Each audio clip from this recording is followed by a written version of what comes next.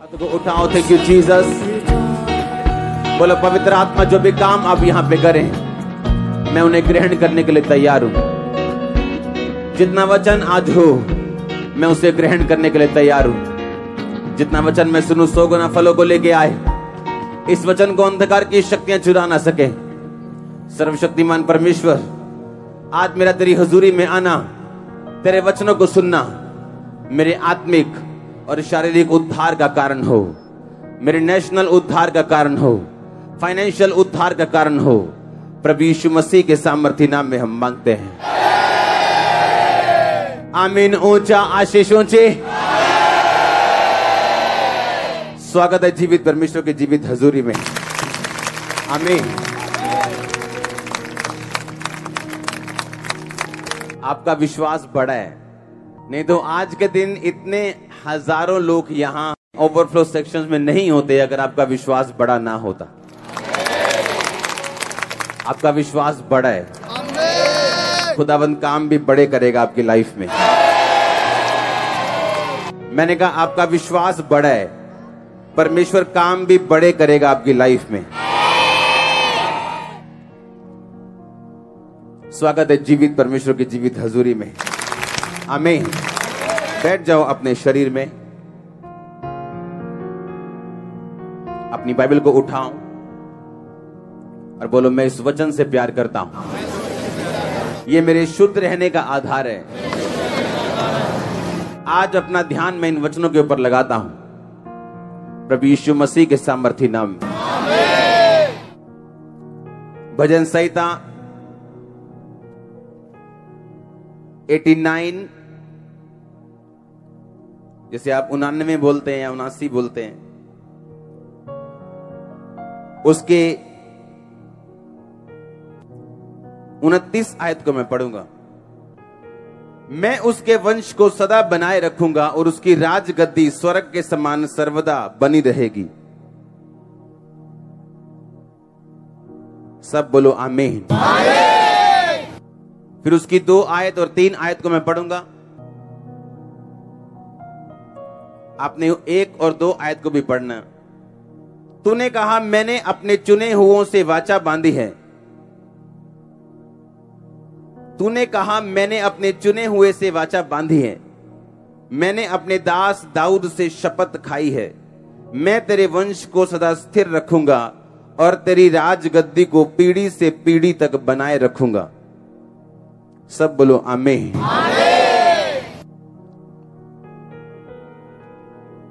अपने पड़ोसी को बोलो, बोलो परमेश्वर वो वंशों का परमेश्वर है। फिर से बोलो अपने पड़ोसी को,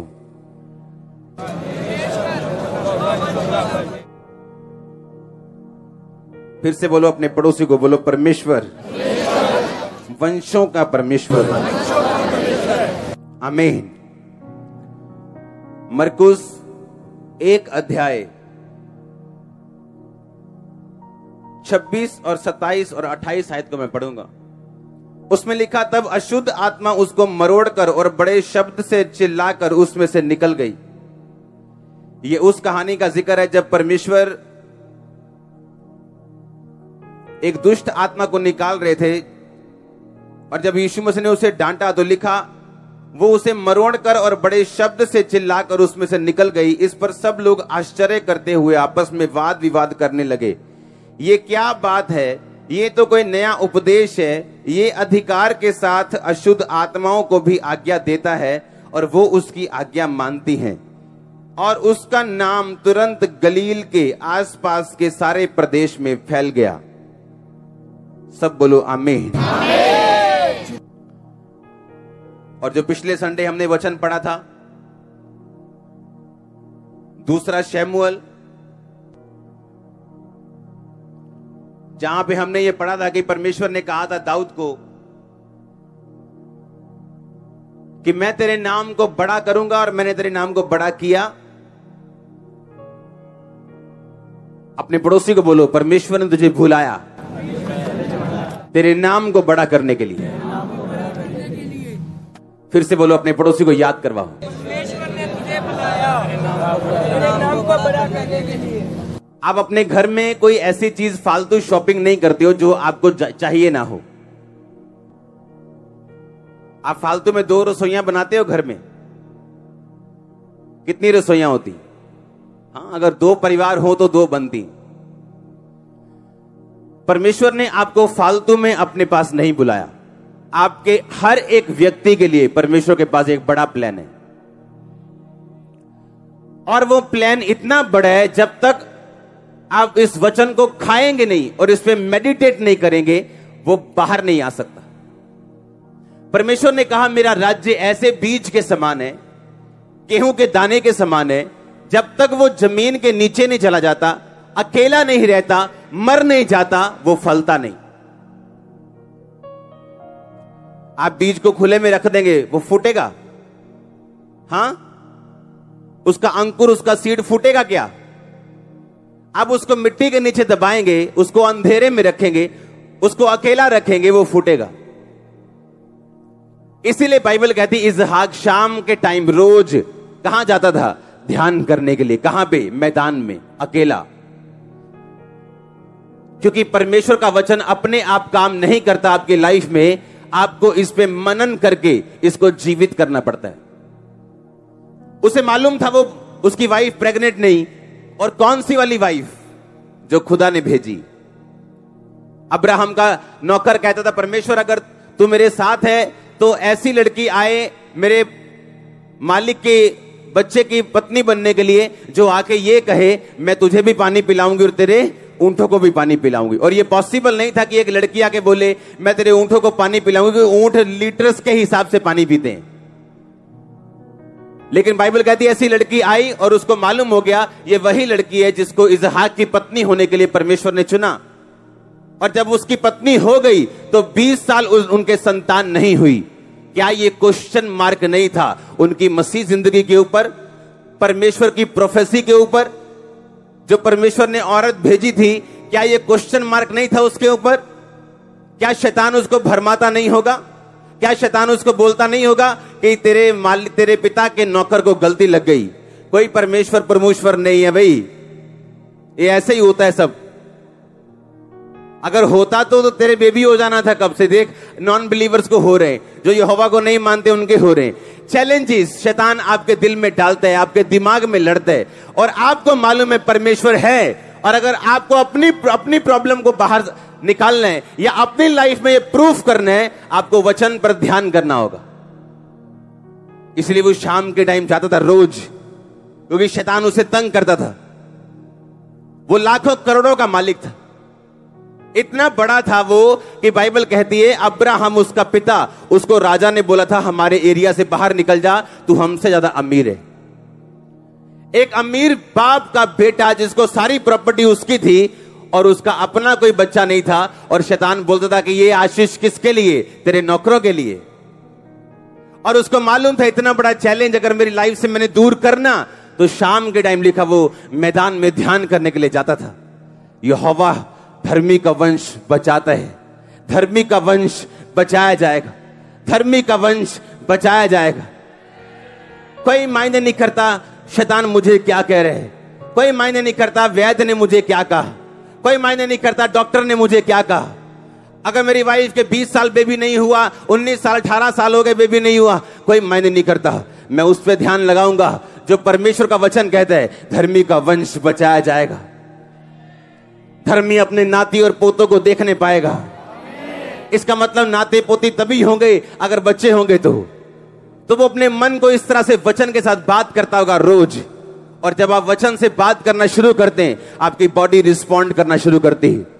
अगर उसमें कमी है वो दूर होना शुरू होती है। अगर आपके फाइनेंस में प्रॉब्लम है वो खत्म होना शुरू होती है। क्योंकि आप जब मनन में चले जाते हैं, वो वचन जो आपके सामने बैठे वो जीवित नहीं है जब तक आप उस वचन को लेके खाए ना, उसको पिए ना, उसको खाना ना शुरू करें, उस पर ध्यान लगाना ना शुरू करें। आमीन। पर ध्यान लगाएंगे कैसे?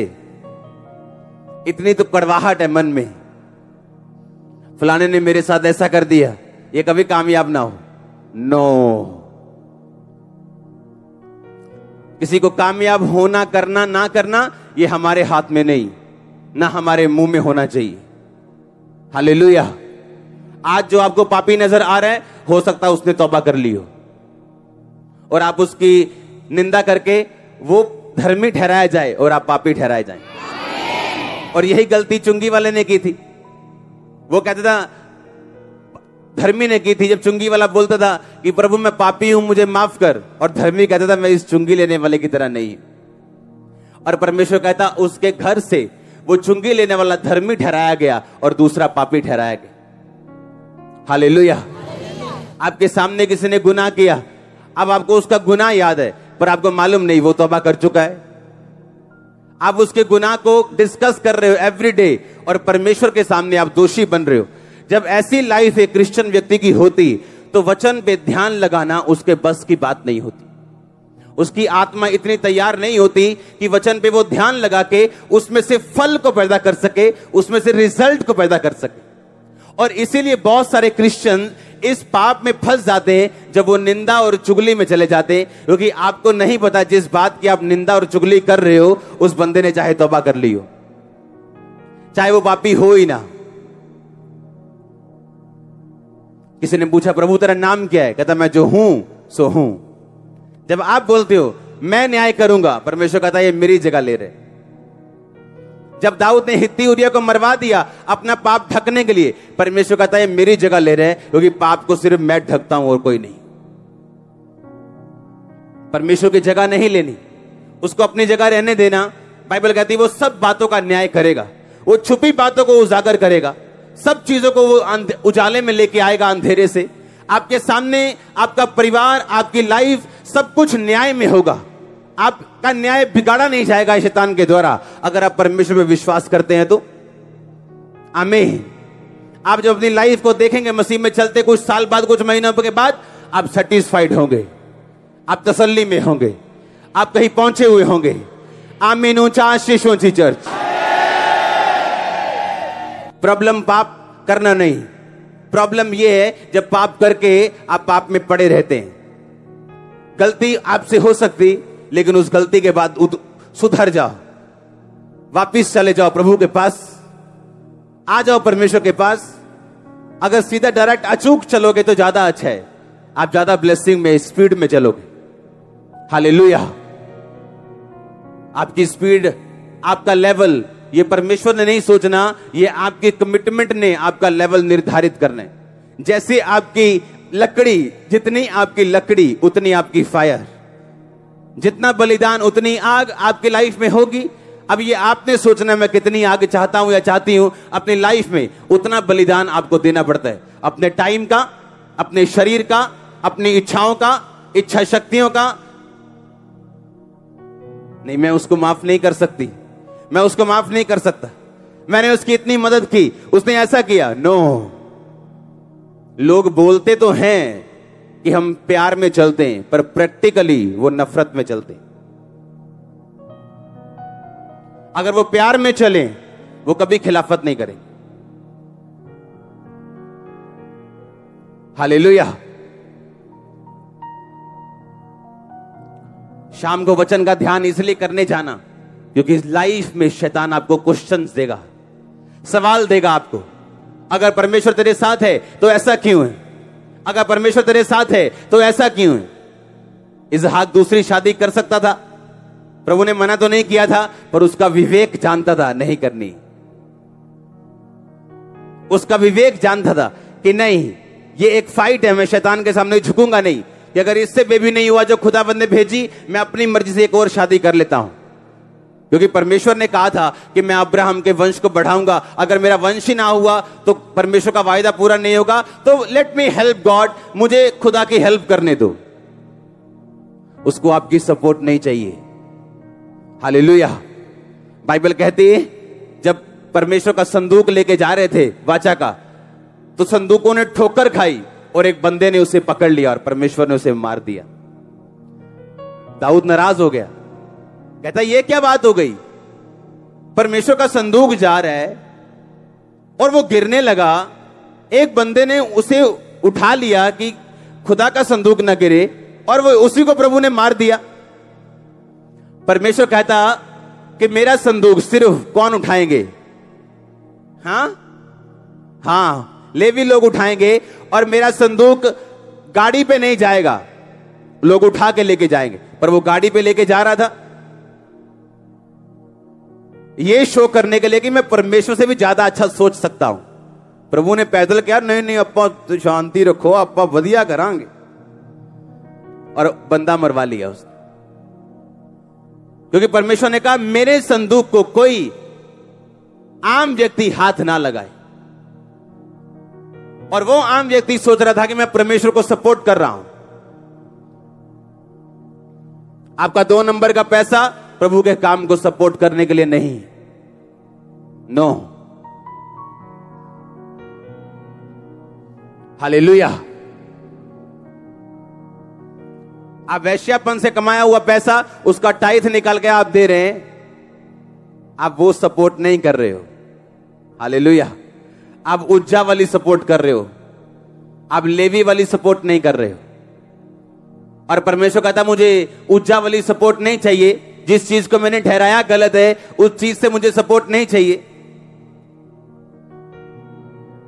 हालेलुया। अगर आप रियल लव में हैं, आपका ध्यान सिर्फ वचन के ऊपर होगा।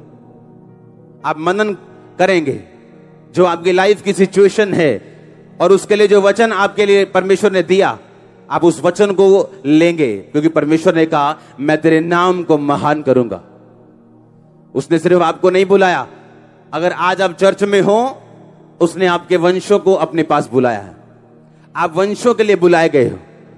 इसलिए जो लोग शॉर्टकट ढूंढते हैं या जल्दी काली में, उनके लिए परमेश्वर नहीं है। क्योंकि परमेश्वर जब आपको बुलाता है, वो परवाह नहीं करता कि आपकी 8 साल वो प्रार्थना का उत्तर अगर ना भी दे दो, क्योंकि उसने आपके वंशों के बारे में सोचा हुआ, आपकी जनरेशंस के बारे में सोचा हुआ।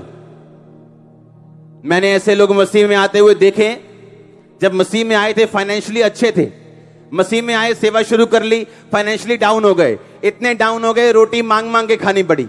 कितने साल ऐसा चला, रिश्तेदार बोले पागल हो गया तू पागल है, तू बेवकूफ इंसान है तू। और आज उनके बच्चे फॉरेन में सेट हैं, जो वो फॉरेन सपने में भी नहीं देख सकते थे। क्योंकि परमेश्वर ने कहा मैं तेरे वंशों को अपने पास बुलाता हूं, वंशों को, सिर्फ तुझे नहीं। और अगर ऐसे लोग बैक स्लाइड हो जाएं 10 साल बाद, 12 साल बाद, कि हमें क्या मिला, हम तो और तंग हो गए, लेकिन उनको मालूम है परमेश्वर ने कहा मैं तेरी राज गद्दी को सर्वदा स्थिर रखूंगा।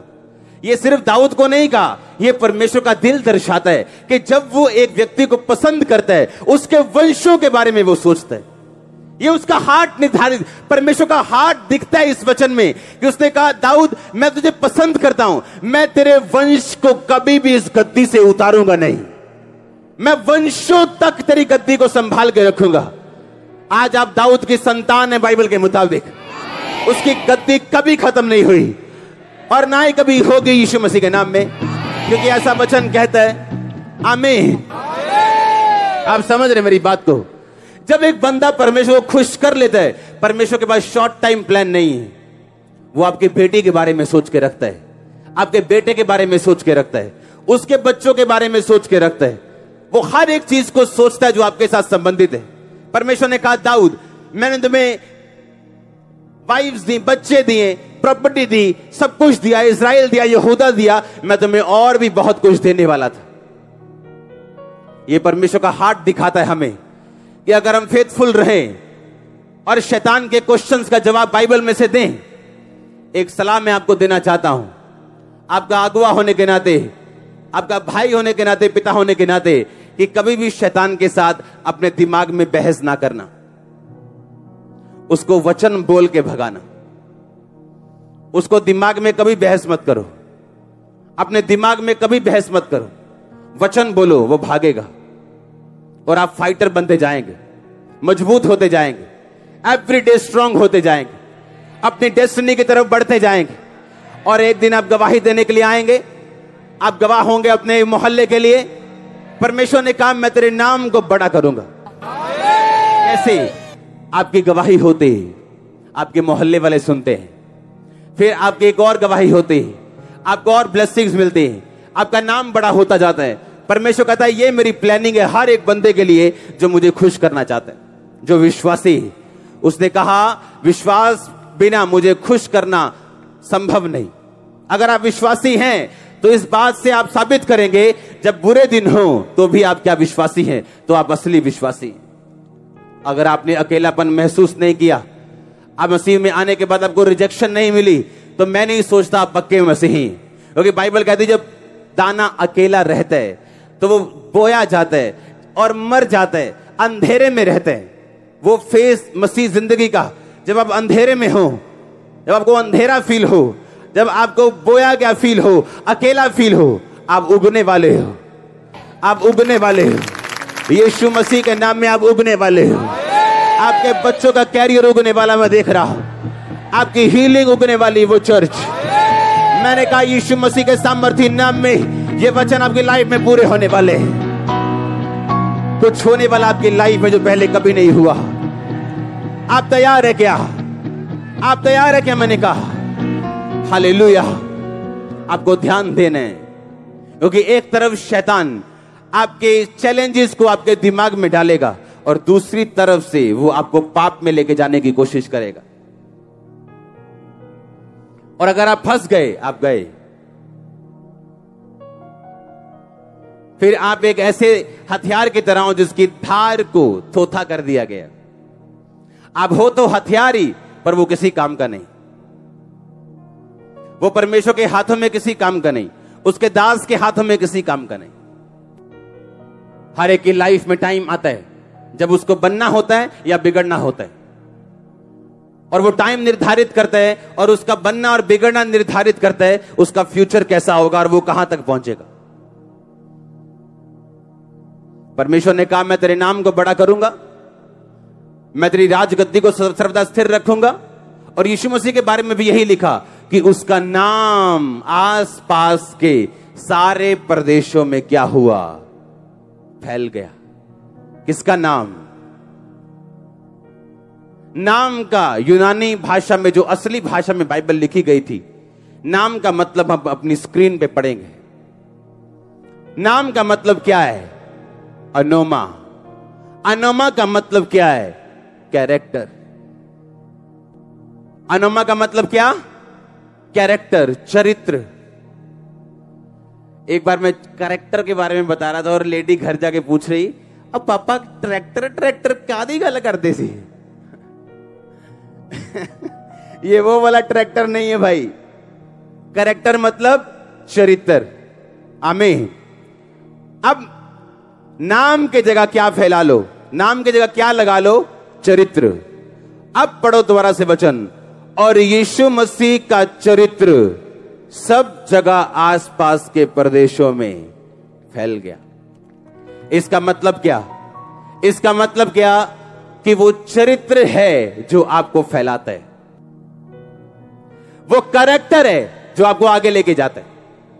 अगर आप बिना कैरेक्टर के आगे चले गए, ये पॉसिबल है, लोग जाते हैं, पर वो लॉन्ग टाइम नहीं।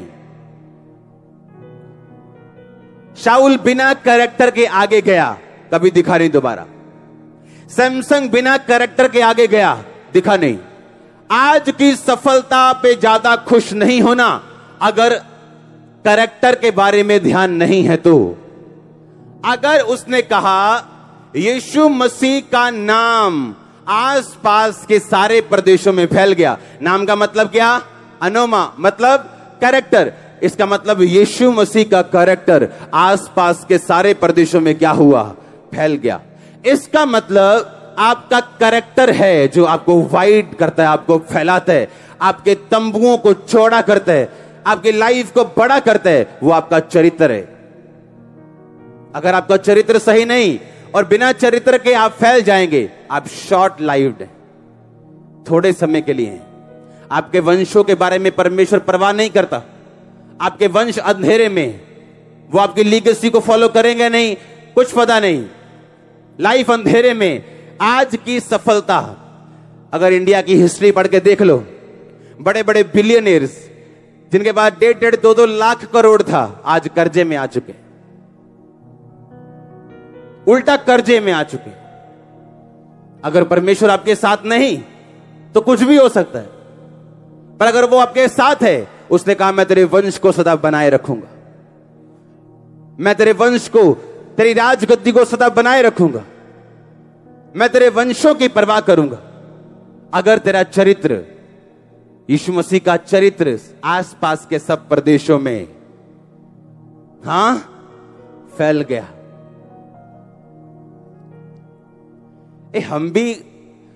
हम भी पागल के ऊपर प्रार्थना करते हैं यीशु मसीह के नाम में। हमारे यहां हीलिंग क्यों नहीं होती? क्योंकि नाम का मतलब क्या? जितना चरित्र आपने यीशु मसीह का लिया होगा उतना वो काम करेगा। नहीं तो आप यीशु नाम में निकल जा करते रह जाएंगे और कुछ नहीं होगा, क्योंकि वो नाम से नहीं, वो चरित्र से निकलती।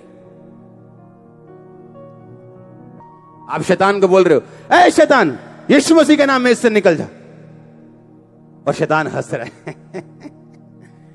ये वही लेडी नहीं है, ये वही बहन नहीं है जो अभी बुराइयां कर रही थी सेवकों की, और अब मुझे कह रही है यीशु मसीह के चरित्र में निकल जा। इसमें दिखता तो है नहीं चरित्र।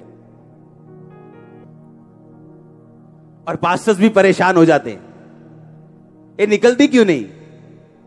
ये निकलती जब असली चरित्र हो तो जाती है ये। आमीन। पर अगर चरित्र नहीं है, बस नाम नाम नाम बोली जा रहे। इमेजिन करो, 4 पास्टर्स बैठे एक पास्टर की बुराई करने के लिए, मीटिंगों को रोकने के लिए, क्रिश्चियन मीटिंग्स को, और बाद में चर्च जाके करें, ए दुष्ट आत्मा चली जा, और दुष्ट आत्मा हंस रहा है, क्योंकि वो नाम से नहीं, उसको मालूम है आपका चरित्र कैसे है।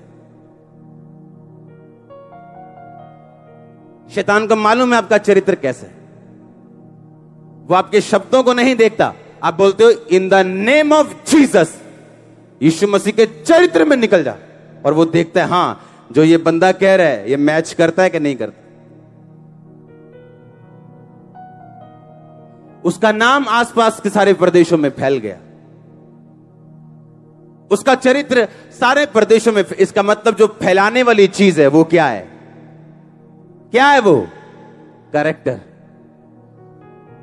जो लॉन्ग टाइम लेके जाने वाली चीज है वो क्या है? कैरेक्टर। आप मुझे अपना कैरेक्टर बताओ, मैं आपको आपका फ्यूचर बताऊंगा। सीधी बात है। सबसे बड़ी प्रोफेसी आपका कैरेक्टर है। आपका चरित्र आपके लिए सबसे बड़ी प्रोफेसी, वो बताती है आप कहां तक पहुंचेंगे। हालेलुया। अगर हम कहें यीशु मसीह के नाम में निकल जा, और शैतान तंग हो रहा है, उसे मालूम है वो जा रहा है, क्योंकि अगर चरित्र है यीशु मसीह का, वो देखता है उसमें। आप जाएंगे वचन पे ध्यान करने? हां, सुना नहीं मेरे को? अभी भी बैठा बंदा सोच रहा है, हाय मांस पैर को तो शुरू होनी है। हाँ, प्रोफेसी को तो शुरू होनी। उसको कोई मतलब नहीं क्या बोला जा रहा है, चरित्र क्या है, कोई मतलब नहीं। अभी मन में सोच के बैठी हो, घर जाते ना तो मेरा मैं 2 लानियां, तो आपको हीलिंग मिल भी गई, आप खो दोगे। मेंटेन करने के लिए भी आपको चरित्र चाहिए। वचन सुनने के दौरान अगर खुजली भी हो रहा है तो खुजली को बोलना है बात नहीं होना, वचन बिजी हूं। आमीन। क्योंकि इसी ने आपको बनाना है, इसी ने मुझे बनाया। हालेलुया। सबको पता मिरेकल्स होते, किसको नहीं पता? यहां पे नॉन बिलीवर्स को पता मिरेकल्स होते हैं, पर वो मिरेकल्स ले जाएंगे, बाद में खो देंगे अगर मैं उन्हें यह वचन नहीं दूंगा। अगर आप नफरत के साथ वापस चले जाओगे और अपनी नफरत नहीं छोड़ोगे, लड़ाई झगड़े नहीं छोड़ोगे, तो ये टेम्परेरी ब्लेसिंग्स है आपके पास, परमानेंट नहीं है। भरोसा नहीं है कुछ भी, आज क्या और कल क्या, कोई भरोसा नहीं है। पर अगर चट्टान की तरह जीना चाहते हो एक से, इसलिए बाइबल कहती है धर्मी बुरे समाचार से नहीं डरता। हालेलुया। जब हम कुछ भी आत्मा से नहीं करेंगे तो रिजल्ट नहीं आएगा। मैंने बहुत से लोग देखे मिनिस्ट्री में जो ज्यादा फेसबुक यूज करते हैं, बहुत कम कामयाब हुए वो। मेरी टीम में जो लोग बहुत फेसबुक किए हैं ना, वो कामयाब नहीं होते, हमेशा गलतियां करते हो। आपको प्रभु से पूछना है कब जाना है और कब आना है। आत्मा से अगर चलना है तो हालेलुया। अपने पड़ोसी से बोलो, बोलो प्रभु से पूछ कब आना और कब जाना। आमीन। यहां तक कि अगर आप मसीह में, आप पड़ोसी के घर जाते वक्त प्रभु से पूछेंगे, प्रभु मैं जाऊं अभी के ना जाऊं। ये गहरी बात है, मैं इसको अभी ज्यादा समझाना नहीं चाहता हूं। हालेलुया। बोलो अपने पड़ोसी से, बोलो कहीं भी जाओ प्रभु से पूछो मैं जाऊं या ना जाऊं। हर अच्छा दरवाजा खुदावंद की ओर से नहीं, हर अच्छा दरवाजा परमेश्वर की ओर से नहीं। ऐसे बहुत से लोग हैं मसीह में अच्छा चलते हुए चर्च में वीजा लग गया, विदेश चले गए। अब पैसा तो है, ना कैरेक्टर है ना स्पिरिचुअल लाइफ, क्योंकि प्रभु से पूछा नहीं मैं जाऊं या ना जाऊं। इतना पता लग गया बस कनाडा का वीजा लग गया, उड़ गए खत्म। प्रभु कहां, सेवा कहां, पता नहीं, बस पाजो तुम। हाँ, एक बंदा रोज खुदा के घर जाता था, रोज जाता था, अपना लंच टाइम छोड़ के जाता था। गरीब था। एक दिन वो बीमार हो गया और हॉस्पिटल में चला गया। और वो पास्टर चर्च का बोला, यार आज वो बंदा नहीं आया प्रेयर करने, क्योंकि उसको फैक्ट्री में छुट्टी होती थी दोपहर को आधे घंटे लंच के लिए। तो 5 मिनट में फटाफट लंच करके वो चर्च में जाके 10-5 मिनट प्रार्थना करके आता था रोज। हॉस्पिटल में था, पादरी देखने के लिए पहुंच गए। क्या हुआ भाई साहब, आप आए नहीं? कहता मेरा कोई है नहीं, मैं अकेला हूं दुनिया में। कहता मैं चर्च में नहीं गया, उस दिन मैं बीमार था। कहता यीशु मसीह खुद मुझे मिलने आए हॉस्पिटल। कहता तू रोज आता था, आज तू नहीं आया, मैं तुझे देखने के लिए आया हूं। चाहे रोज उसे जवाब ना दिया हो, उससे बात ना की हो, कुछ भी चेंज ना हुआ हो, पर यीशु मसीह को मालूम है आप क्या कर रहे हो। बदलाव होगा, इसमें कोई शक नहीं। इसलिए उसने अलग अलग मौसम बनाए। आज बारिश है तो कल सर्दी भी आने वाली, बदलाव होगा। सर्दी के बाद गर्मी आने वाली है, बसंत आने वाली है। हाँ या ना? आपकी लाइफ में बदलाव पूरी तरह से होगा जब आप खुदाबंद को समझ जाएंगे। आमीन। आपने सुना मैंने क्या कहा? क्या कहा? अपने पड़ोसी के घर भी जाना तो पूछ के जाना प्रभु से, इंटीमेसी के साथ, प्रभु के साथ सहभागिता रखना, वचन पे ध्यान रखना। कौन आपका कैरियर भी बिगाड़ पाएगा? कौन आपको पीछे रख पाएगा? किसमें हिम्मत है आपको रोक पाएगा? कोई विरोध आपको रोक नहीं पाएगा। लोग आपके बारे में जितना बुरा बोलेंगे, खुदाबंद आपको उतना ही फैलाएगा यीशु मसीह के नाम में। आज गुरदासपुर चर्च का सबसे बड़ा संडे, बावजूद इसके पंजाब में माहौल खराब है, वहां की सबसे बड़ी गैदरिंग है आज। हालेलुया। कौन आपको रोक पाएगा? कौन? अगर आप चल पड़े इस राह तो। हालेलुया। शरीर आत्मा के विरोध में, आत्मा शरीर के विरोध में हर वक्त चलते हैं। कंट्रोल करना है आपको, मारना है इसको, शरीर को। हालेलुया। आपको मालूम है आपका नाम परमेश्वर ग्रेट करना चाहता है, आपके वंश को बढ़ाना चाहता है। वो आपके लिए बड़ा प्लान रख के बैठे है। आप उसे डिस्ट्रॉय, मेस नहीं कर सकते, खराब नहीं कर सकते। एक व्यभिचार के लिए आप उसे खराब नहीं कर सकते, एक खाने के लिए आप उसे खराब नहीं कर सकते। हालेलुया। याकूब के जुड़वा भाई की तरह आप दाल के बदले अपना पहलौठा होने का पद नहीं बेच सकते। आप कैन की तरह, एसाव की तरह नहीं बन सकते जो अपने भाई से नफरत करता हो। हालेलुया। अपने हाथों को उठाओ, बोलो थैंक यू जीसस। मैं तौबा करता हूं, मांगो अपने हाथों को उठा के।